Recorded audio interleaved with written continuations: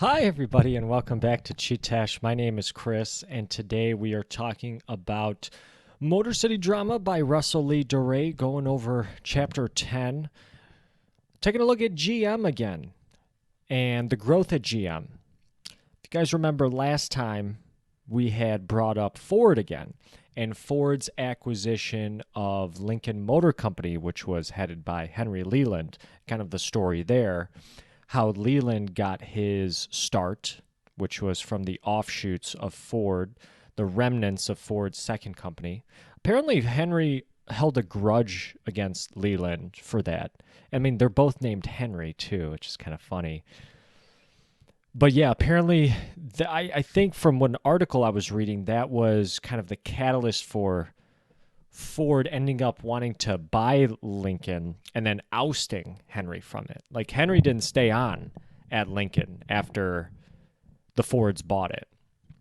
But also Ford was apprehensive in buying Lincoln. He didn't feel the need to buy a luxury car brand, but Edsel saw that this acquisition would be very valuable for Ford. And it does end up being very valuable acquisition for Ford, and obviously Lincoln is still a part of Ford to this day. But today we're going to be talking about GM.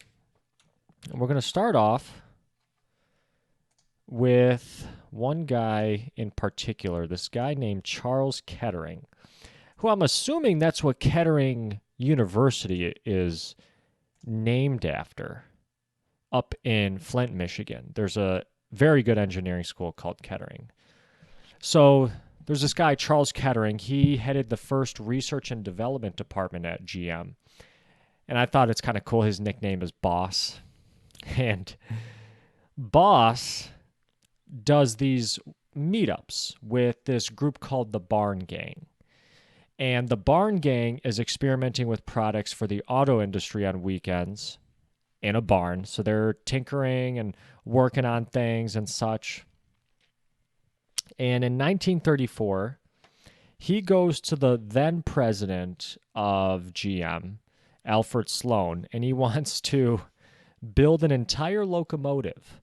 Now, GM, again, this is the car industry, but railroads are still a big thing at this time, and he wants GM to build an entire locomotive.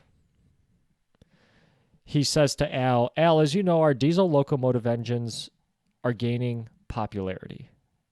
I just saw some figures that show that Union Pacific has cut the travel time from the West Coast to Chicago from about 60 hours to 40 hours using our engines and has reduced their operating costs per mile. Right, commented Al. You should be really proud of those engines that your research group has developed. So they are developing the engines. Now they want to build like the entire locomotive. Al, the railroads are now asking if we could build an entire locomotive instead of just the engine. Al paused briefly. That would be quite an undertaking. He asks him how much money he's going to need, and Charles says, well, about $500,000. Al says, that's probably not going to be enough, like, just to be honest with you. Which ends up being okay, because Sloan agrees to give him the money, and the Electromotive division went on to be a major success in building diesel locomotives for GM. And we're going to talk about this later on towards the end of the slideshow. GM also built refrigerators. Frigidaire refrigerator division, which I think we had a Frigidaire. I think so. Crazy.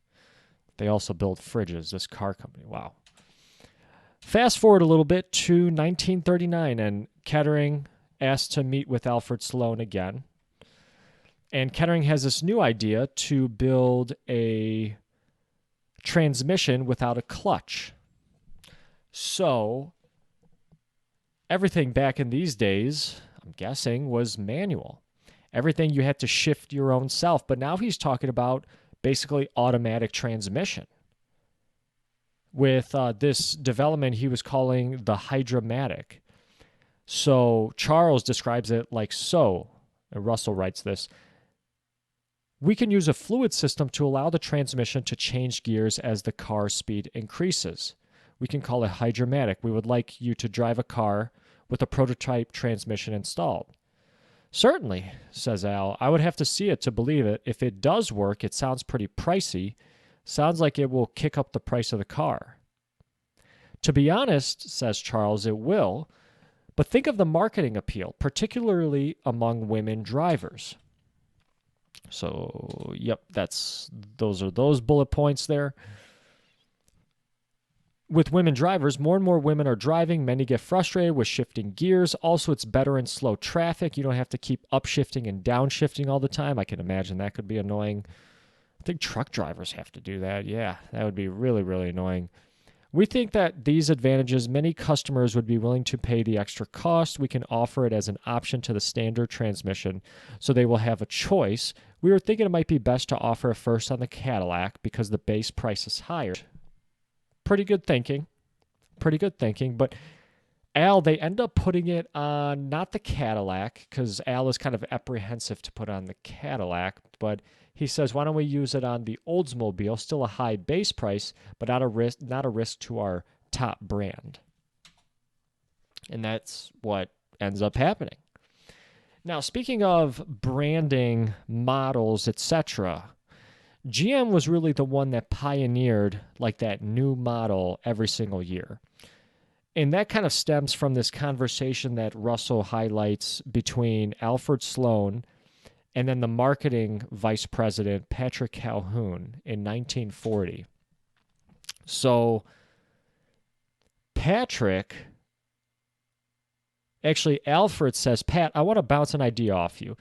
We have very successful models, but sometimes they compete with each other. I'd like to organize our pricing structure a little more formally. Let's cut down on the price overlap so that customers can see a more clear difference between the models. So you have Chevy as the base, then you have your more luxury brands, Buick and Cadillac at the very top. In the middle, you kind of have Pontiac. And every time you go up these levels, you get more features, but you also get the higher price. Right? Oldsmobile would be kind of up there in this structure above Chevy, but maybe not as high as a Buick or a Cadillac. Cadillac would be like the top tier. So they keep kind of spitballing ideas back to each other and just say, okay, as their income increases, they'll want to move up the line. They're not going to want to stick with the Chevy brand. As they get more wealth, they make more money, move into upscale neighborhoods, etc., they're going to want to buy the Cadillacs. And they really pioneered this. So the conversation continues, and they basically end up brainstorming this idea of making small changes every year and having model introductions every year. So it gives people a reason to trade in their current car and get a new car for the new model year. Doesn't this kind of sound familiar? We do this every year. We have a Detroit Auto Show every year, North American Auto Show every year, where they're unveiling new and new models. And with, new features seemingly every year, different designs, etc., it gives people an incentive to want to get the new model.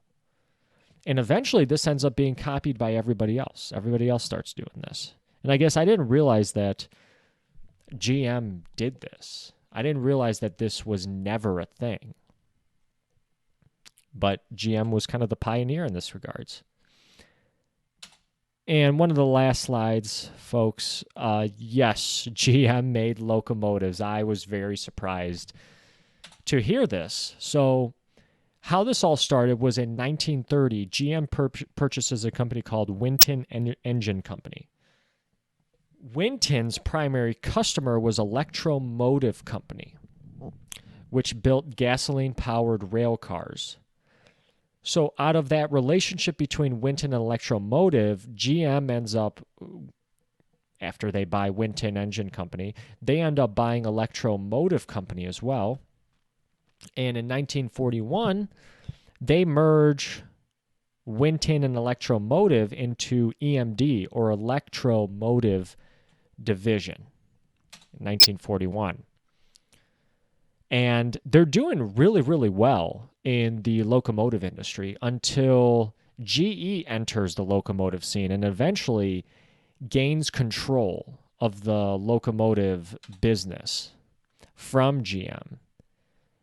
And this was kind of later on.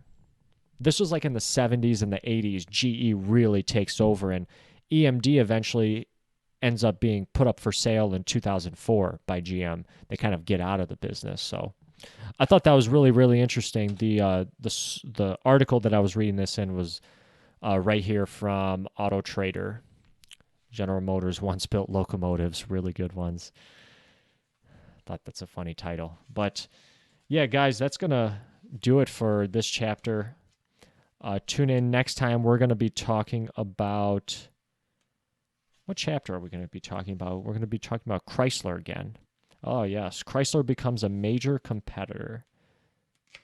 Nice. And we are very close to wrapping up, folks. We've only got just a few more chapters left. So I really, really appreciate everybody listening, taking the time to view this, taking the time to view the podcast again, the Chee-Tash podcast, which can be found at the most popular podcast apps, sites, etc., Spotify, Apple, Google, RSS.com.